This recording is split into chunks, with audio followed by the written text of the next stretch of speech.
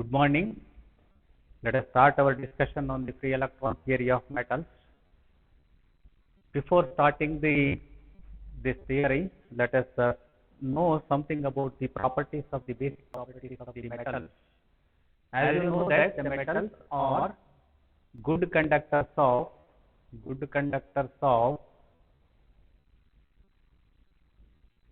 heat and electricity.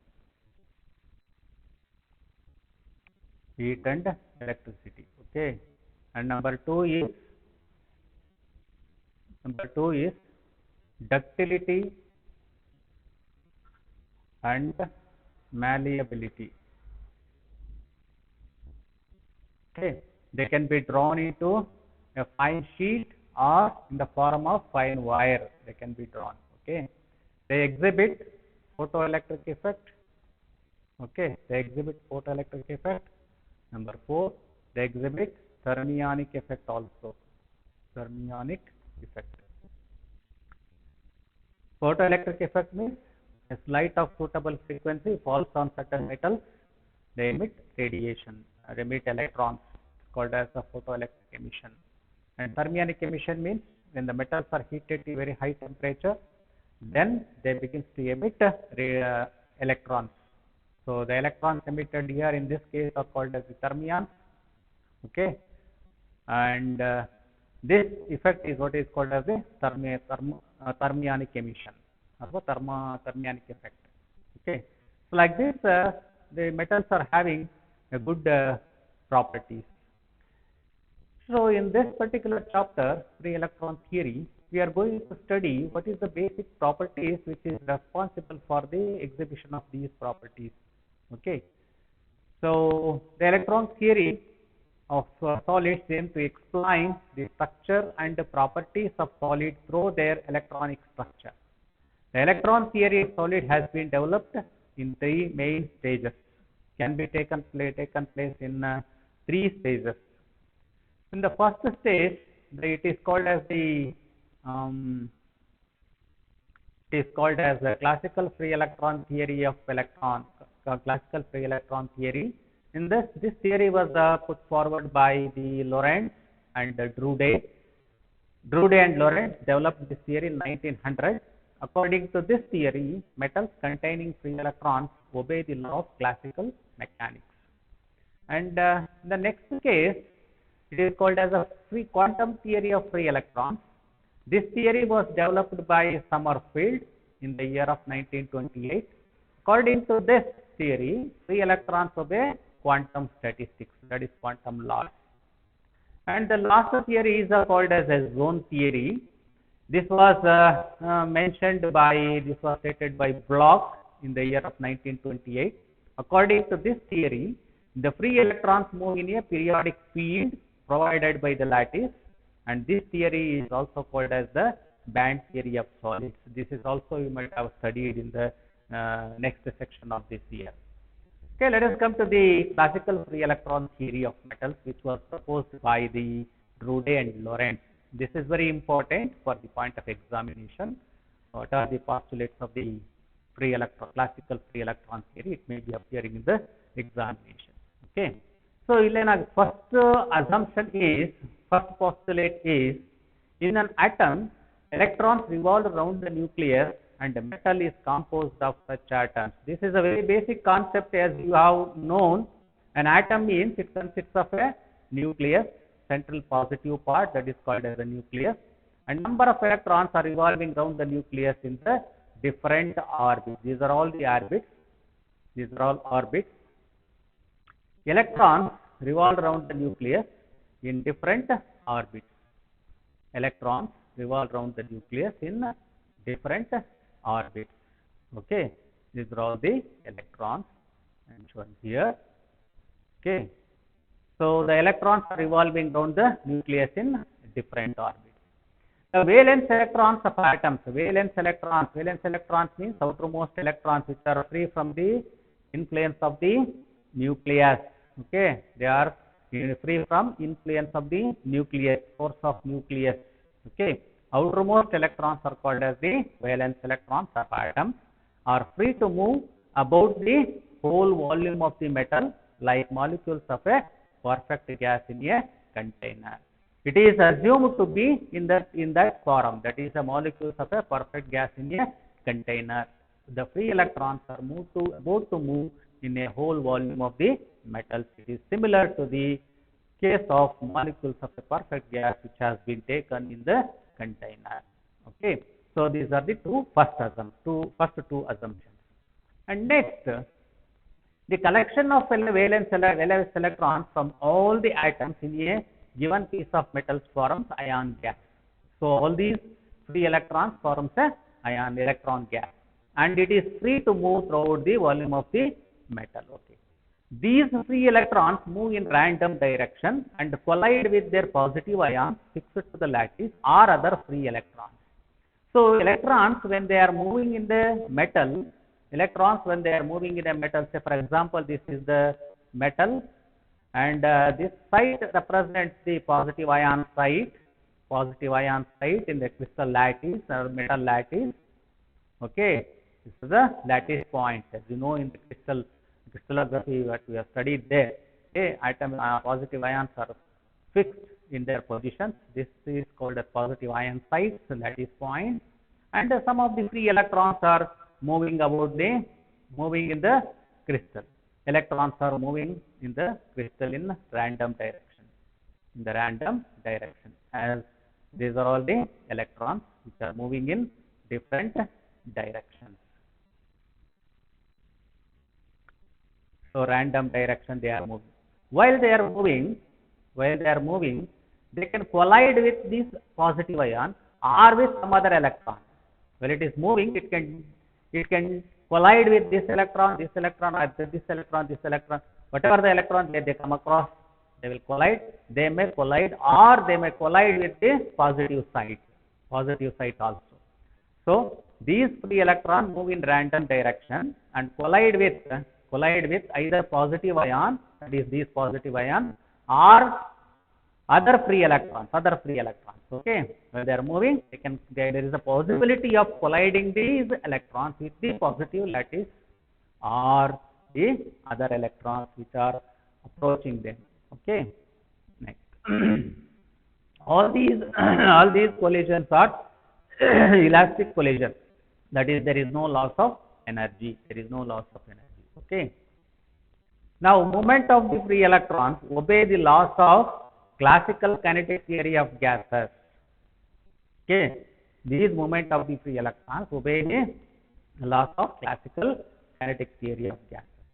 The electron velocity in a metal obey classical Maxwell-Boltzmann distribution of velocities. So these electron velocities in a metal obey classical Maxwell-Boltzmann distribution of law of velocities. Okay. The electron move in a completely uniform potential field due to ions fixed in the lattice. Okay. When an electron field is applied to the metal, the free electrons are accelerated in a direction opposite to the direction of the applied field. So in the case of previous case, what we have seen, so these electrons are in the random motion. Okay. Now suppose what happens if I apply a electric field for the same metal. If I am going to apply a electric field, okay, like this. If I connected this to a battery, I am going to apply the electric field. Then what happens? These positive ions are fixed here. Nothing will happen to these positive ions. They will be fixed in their position. And these free electrons, what we have shown here, these free electrons are aligned themselves in the direction opposite to the applied field direction. They are aligned in a regular fashion like this. Aligned in a regular fashion like this. Can you see this? So here it is a random motion. Now it is in under the influence of the electric field.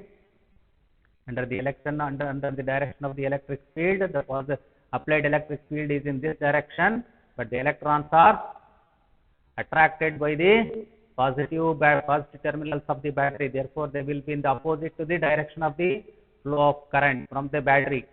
Current flow is in this direction. Okay, in this direction, but the electron motion is in the opposite direction. Okay, is it clear now? Right. Let us pass on to the next one. Okay. Let us, these are the important points we have to mention. So, these are the assumptions of the free electron theory of metals. Is it clear now? So, these assumptions you must be very careful. Okay, you have to study well. If they are given in the examination, you have to write the any. So, for 2 marks it may be given. Okay, write the postulates of the free electron theory. So, 2 marks, any 2 that is the any 2 assumptions you can write. Okay, right. Now, let us, based on this theory, these assumptions, Drude and Lorentz try to derive an expression for electrical conductivity of metals. This is very important for the point of examination. This is a 8 marks question. 8 marks question. Okay, this question is for 8 marks. Right? You must be very careful and read well. Okay, and get prepared yourself for the examination. So, the electrical conduction is the flow of electron in a solid specimen when a potential difference is maintained across its 2 ends. We have a electrical metal conductor. When I have a metal conductor, it is connected to a battery. Okay, battery.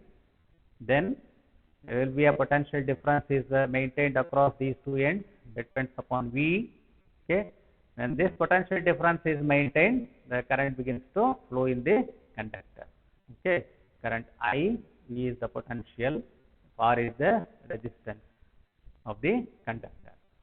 Okay, so the electrical conduction is the flow of electric current. Flow of electric current means the flow of electric charges. Electric charges means in the conductor they are nothing but electrons. The flow of electrons in a conductor constitute the electrical current. So, electric current in a solid specimen where potential difference is maintained across its 2 ends, right. So, relation between the I and potential difference V is governed by Ohm's law, is the well known equation, that is V is equal to IR. Is it right? V is equal to IR is the equation, where R is the electrical resistance offered by the material. So, Ohm's law is an empirical law, that is, it is a generalization based on experimental results. Ohm's law as expressed by equation 1 is easier to verify experimentally. So, what we have to do now? For theoretical analysis, however, we express Ohm's law in terms of current density J and electric field E, and it is given as J is equal to sigma into E. J is equal to sigma into E, where sigma is the electrical conductivity of the material. So, electrical conductivity is an important parameter that enables us to differentiate a metal from insulator. Okay, for the value of the sigma is very large, 10 to the power of 7 ohm meter inverse for the metal, and it is very small for the 10 to the order of 10 to the power of minus 10 ohm meter inverse for the insulator. Thereby, we can differentiate the metals and the insulator. And semiconductor is a class of material which is a semiconductor. It has a conductivity between those of the conductors and the insulators. Okay. Now we have two things to be desired. What are these things? To explain Ohm's law from atomic point of view, and to obtain an expression for the sigma on the basis of Drude and Lorentz theory. In other words, we wish to know Drude and how Drude and Lorentz theory provides the physical basis of Ohm's law. So, for this, in order to derive that equation in terms of current density, and we have to consider a metal piece, as I have shown in the previous slide. Consider a metal piece of length L and area of cross section A.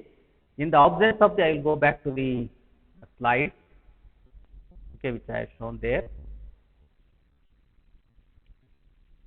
So this is, okay, this is the length of the conductor, L is the length of the conductor, and A is the area of cross section. A is the area of cross section. Okay, area of cross section.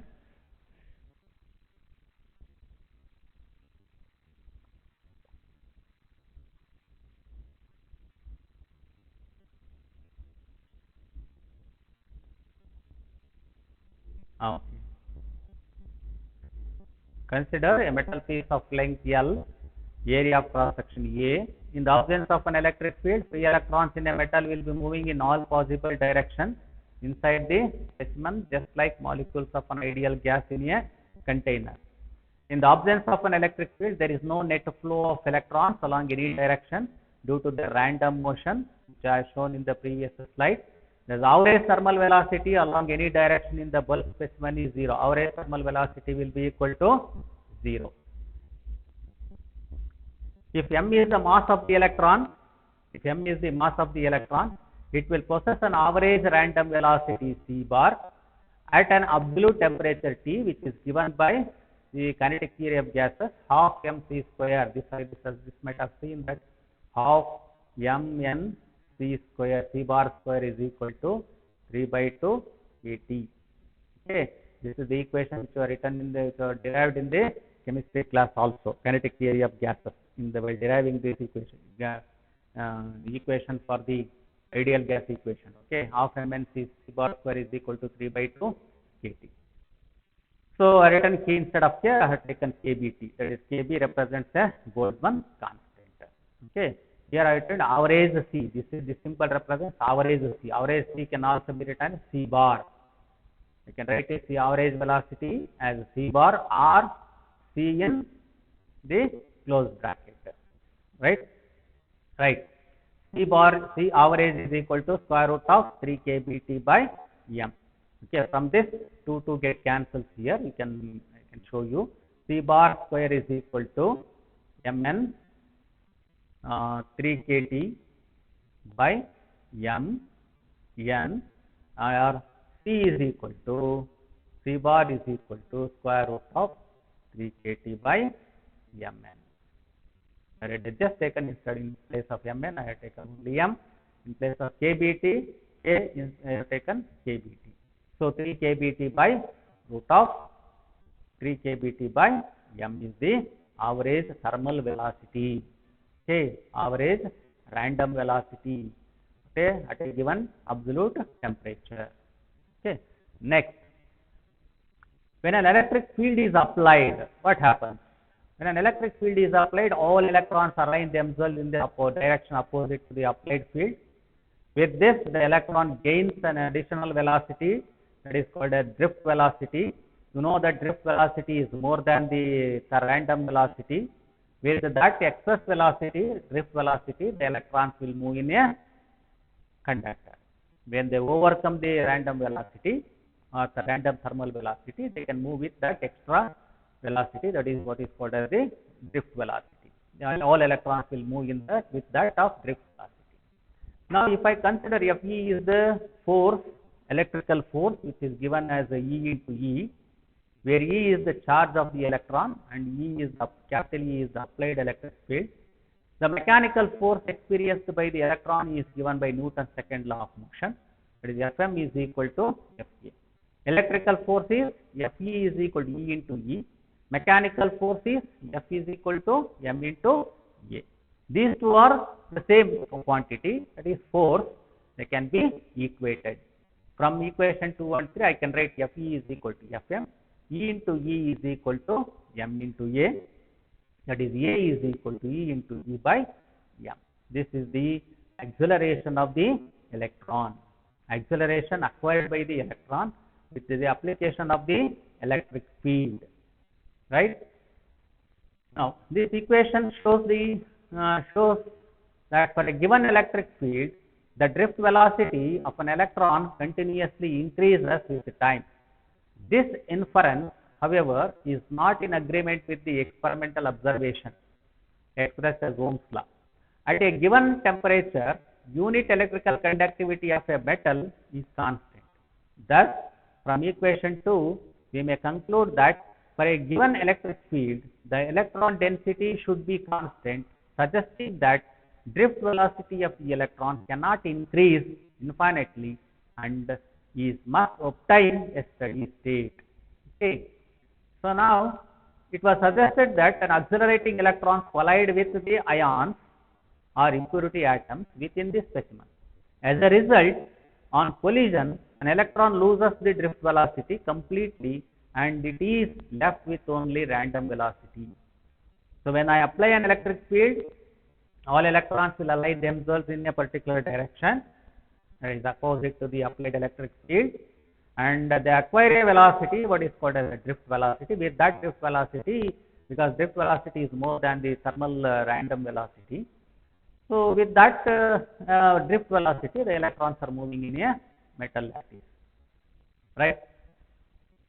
So now when they are moving, they can collide with the some of the ions or some of the opposite electrons. Okay, when they are moving, they can collide with the lattice ions or with other electrons. With this collision, they lose their velocity. That is, energy is lost. Energy is lost means the velocity is lost, and they are left with only the random velocity. Okay, that is, the drift velocity becomes 0 after emerging from the collision. An electron begins to accelerate in the electric field afresh. So they will begin their travel as afresh because by the observing the energy from the applied field and acquires the drift velocity again. Okay, at the next collision, the drift velocity is again lost completely, and this process continues. Okay, this process goes on. The average distance traveled by an electron, between two successive collisions is denoted by lambda, and it is called as mean free path of an electron. And the energy between these collisions is called as mean free path energy. The mean free time between these collisions is given by this mean free time is also called as the relaxation time, tau. We call it as tau. Tau is equal to lambda by C average. The drift velocity acquired just before the next collision takes place is u, that is a into tau, that is equal to e into e by m into tau, because a is equal to e into e by m, and this is tau. Tau is equal to lambda by C average. So average drift velocity Vd, it is given by this energy divided by 2. Okay, so u by 2, that is e into e by 2m into lambda by C average. So now current density through the metal is written as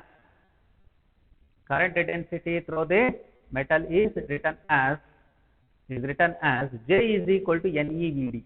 Ne into Vd means, in the previous slide we have shown that Vd is equal to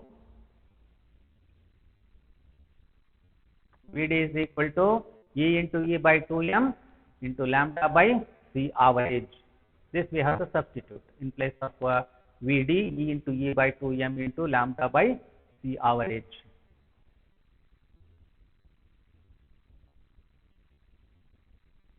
Okay, C average. Now Ne into E divided by 2m into lambda by Cr.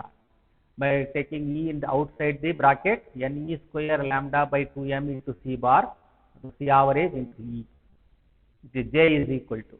Okay. Now the electrical conductivity of the metal is given as J is equal to sigma E.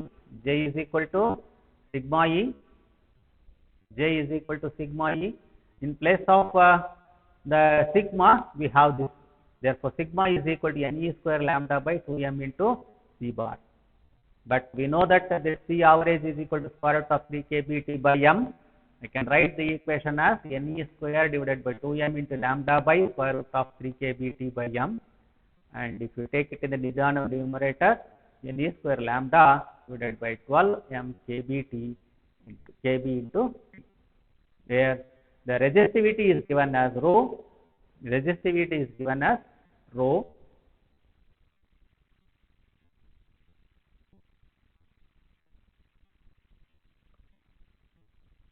Resistivity is given as rho. Rho is equal to reciprocal of sigma, 1 by sigma. This is what we have. Okay. So resistivity rho is equal to square root of 12 m kBT divided by Ne square by lambda. So this is how we derive the expression for the electrical conductivity of the metals. So the remaining things let us discuss in the next class. Okay. Thank you.